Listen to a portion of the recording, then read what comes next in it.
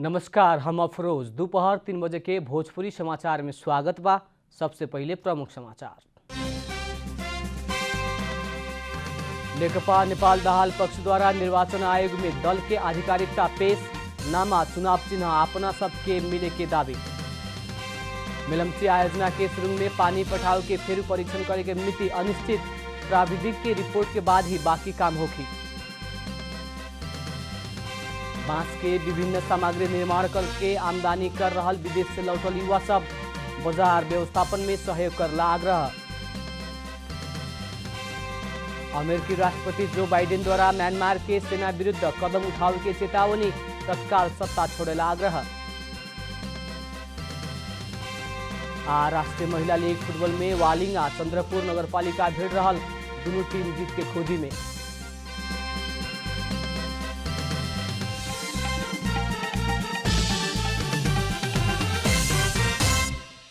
अब पूरा समाचार। प्रतिनिधि सभा विघटन विरुद्ध सर्वोच्च अदालत में संवैधानिक इजलास में आज भी सरकार पक्ष के बहस चल रहा बा। महान्यायाधिवक्ता अग्नि प्रसाद खरेल एमसीसी समझौता अनुमोदन न कैल गांजा खेती खुला करे के संबंध में विधेयक लगायत विभिन्न विधेयक के आगे बढ़ावे ना सकल कारण प्रतिनिधि सभा विघटन करे पड़े के कह के जिक्र कैले बानी। खरेल संसद से ही सरकार के असहयोग कैला कारण प्रतिनिधि सभा विघटन करे पड़े के कह के तर्क कैले बानी। कारागार संबंधी विधेयक, मदन भण्डारी प्राविधिक शिक्षालय, संघीय निजामती सेवा, लोक सेवा संबंधी विधेयक लगायत विभिन्न विधेयक 2 बरस से संसद में अलझल खरेल के जिक्र रहे। वैसे ही खरेल सभामुख से समेत सरकार के असहयोग होते आयल टिप्पणी समेत कैले बानी। संविधान से ही तोकल अवधि में नियुक्ति करे के परे के पद में समेत नियुक्ति करे ना सकल तर्क करत खरेल प्रतिनिधि सभा विघटन जायज भइल दावी समेत कैले बानी। नेपाल कम्युनिस्ट पार्टी नेकपा नेपाल दाहाल पक्ष पार्टी के आधिकारिकता दावी करेला निर्वाचन आयोग पुगल बा। बहुमत केंद्रीय सदस्य के हस्ताक्षर सहित पार्टी के आधिकारिकता आ चुनाव चिन्ह दावी करेला नेपाल दाहाल पक्ष निर्वाचन आयोग पुगल है। नेकपा के दोनों अध्यक्ष पुष्पकमल दाहाल, माधव कुमार नेपाल तथा नेता सब वर्षमान पुन, घनश्याम भूषाल, राजेंद्र पांडे आज सवेरे आयोग पुगल रहने लोग। 441 जने बहुमत केंद्रीय सदस्य अपन पक्ष में रहला से नाम चुनाव चिन्ह अपना सबके मिले परे के नेपाल दाहाल पक्ष के मांग बाटे। कालू बबरमहल स्थित कार्की पार्टी पैलेस में बैठक केंद्रीय कमेटी बैठक से पार्टी के आधिकारिकता दावी करे के निर्णय कैले रहे। इससे पहले ओली या नेपाल दाहाल पक्ष अपना सब आधिकारिक हई कह के कैल निर्णय निर्वाचन आयोग अस्वीकार कैले रहे। आयोग पुस 5 गते बाद भइल गतिविधि के मान्यता नहीं देहले। संवैधानिक परिषद के बैठक स्थगित भइल बा। प्रधानमंत्री केपी शर्मा ओली से बुध खातिर बोलावल गई परिषद के बैठक स्थगित भइल है। बैठक दोसर सूचना ना भइला तकले खातिर स्थगित भइल बतावल गई बा। इससे पहले संवैधानिक परिषद से विभिन्न निकाय में कैल नियुक्ति सिफारिश के प्रतिनिधि सभा के सभामुख अग्नि प्रसाद सापकोटा फिर्ता पठा दिले रहने। प्रधानमंत्री राष्ट्रीय सभा के अध्यक्ष प्रधान न्यायाधीश के उपस्थिति में बैठल बैठक से अख्तियार दुरुपयोग अनुसंधान आयोग के प्रमुख सहित विभिन्न संवैधानिक निकाय में नियुक्ति सिफारिश कैले रहे।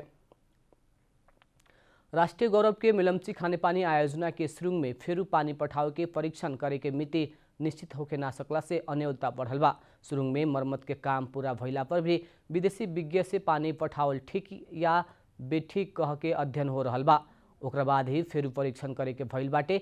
आयोजना के दात्री निकाय एशियाली विकास बैंक के आग्रह में आयोजना जर्मन विशेषज्ञ टोली के बुला के सुरुंग के परीक्षण करा रहल आयोजना के सूचना अधिकारी राजेंद्र प्रसाद पंत बतौले बानी।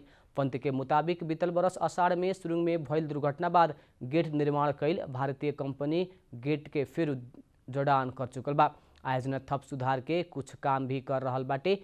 आयोजना से सुधार कैला बाद भी अभी भी कुछ समस्या बा या नहीं के कह के बुझेला अंतर्राष्ट्रीय कंपनी के लियावल पंत के कहनाम बा। इटालियन कंपनी जल्दी अंतिम प्रतिवेदन बुझावे के भइला से लंबा समय ना लागे के सूचना अधिकारी पंत के कहनाम बा।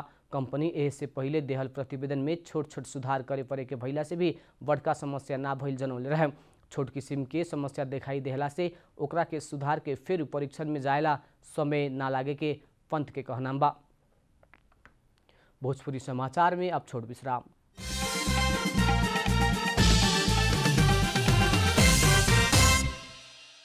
भोजपुरी समाचार में अब थप समाचार।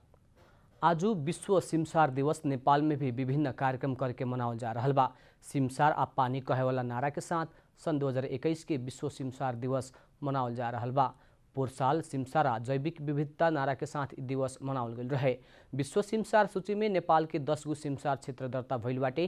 कैलाली के घोड़ाघोरी ताल, रारा ताल, कोसीटापू वन्यजन्तु आरक्ष, 20,000 ताल, जगदीशपुर जलाशय, सोफोक्सुन्डो ताल, माई पोखरिया, पोखरा नगरी के नई ताल सब सिमसार क्षेत्र में दर्ता भइल बा।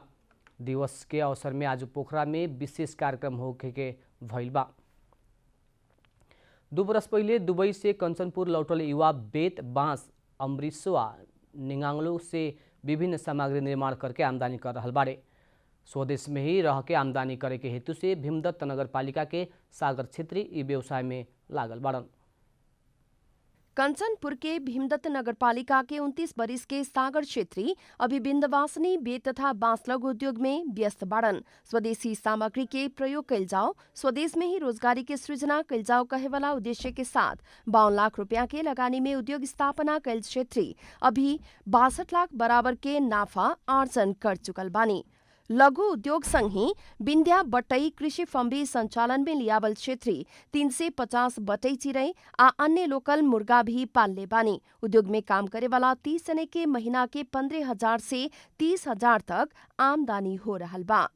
स्वदेश में रोजगारी सिर्जना गरौँ, आफू नि स्वरोजगार हौँ र अरूलाई स्वरोजगार बनाऊँ भन्ने हिसाबले खोलेका छन्। हामीले अब यहाँ रोजगार पनि दिइरहेछौँ अनि रोजगार लिएर कतिपय मान्छेहरूले आफ्नो पसल पनि खोलेर बसिरहेका। अब हामीहरूलाई यो फुल झाडु बनाउँदाखेरि हजुरको यो ढड्डी भन्ने चाहिन्छ।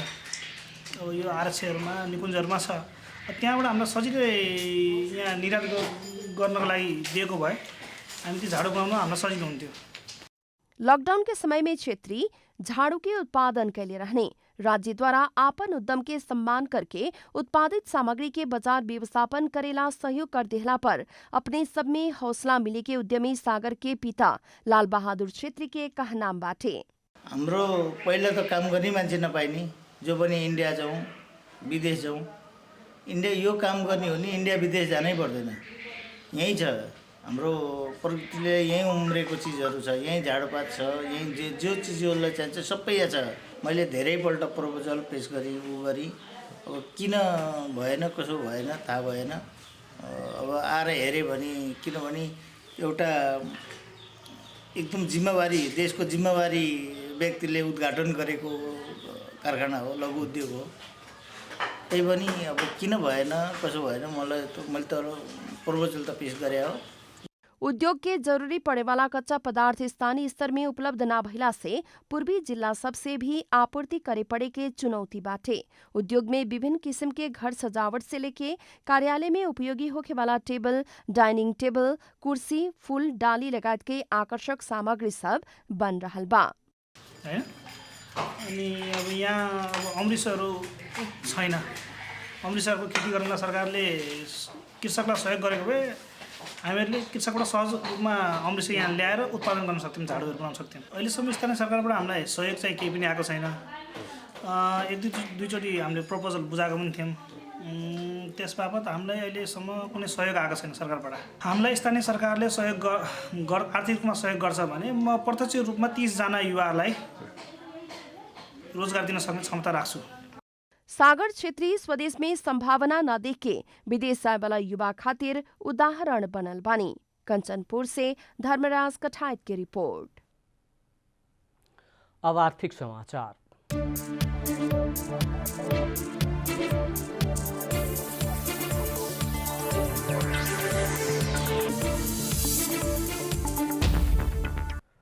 महिला लघु वित्त वित्तीय संस्था लिमिटेड माघ 28 गते से सर्वसाधारण खातिर प्राथमिक शेयर आईपीओ निष्कासन करे वाला बा। लघु वित्त से जारी पूंजी 10 करोड़ रुपया के 40% से होखे वाला रकम 4 करोड़ बराबर रुपया के आईपीओ निष्कासन करे लागल है। संस्था प्रतिकिता 100 अंकित दर से 4 लाख किता साधारण शेयर निष्कासन करे लागल है। निष्कासन होखे वाला कुल शेयर मध्य 5,000 किता शेयर कर्मचारी खातिर, 20,000 किता शेयर सामूहिक लगानी कोष खातिर अलग कैल गेल बा। सर्वसाधारण सब खातिर बाकी 3,75,000 किता खातिर आवेदन दे सकल जाई। आईपीओ में जल्दी से फागुन 2 गते तक आवेदन दे सकल जाई।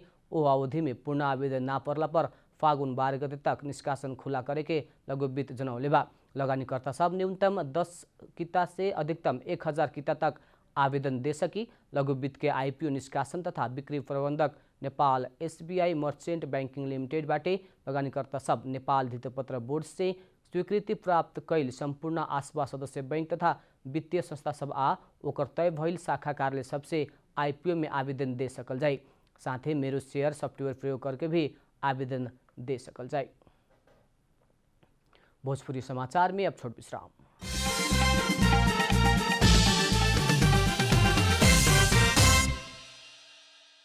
अब खेल समाचार।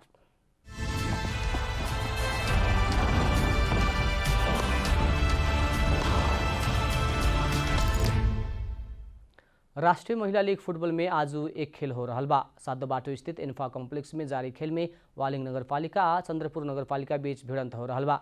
आज के खेल में वालिंग आ चंद्रपुर दोसर जीत के खोजी में बाटे। वालिंग 5 खेल में 5 अंक जोड़ के 5वां स्थान में बाटे। विदेशी खिलाड़ी के साथ मिलल वालिंग जीत निकालत अंक तालिका सुधार करे के चाहत में बा।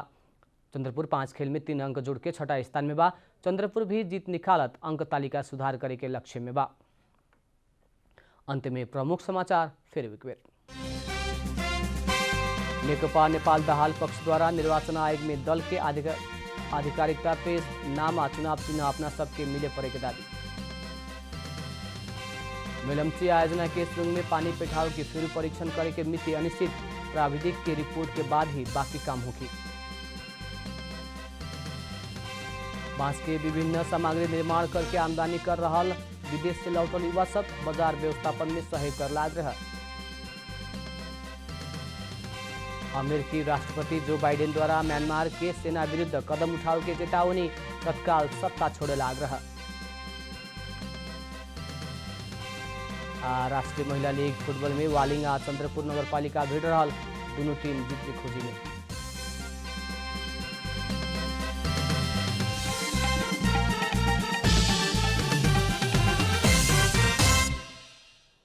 भोजपुरी समाचार अभी खातिर इतना ही। जनता द्वारा जनता खातिर प्रसारित जनता टेलीविजन के कार्यक्रम सब यूट्यूब, ट्विटर, फेसबुक आ हमने के वेबसाइट जनतासमाचार.com में भी पढ़ा देख सकत बानी।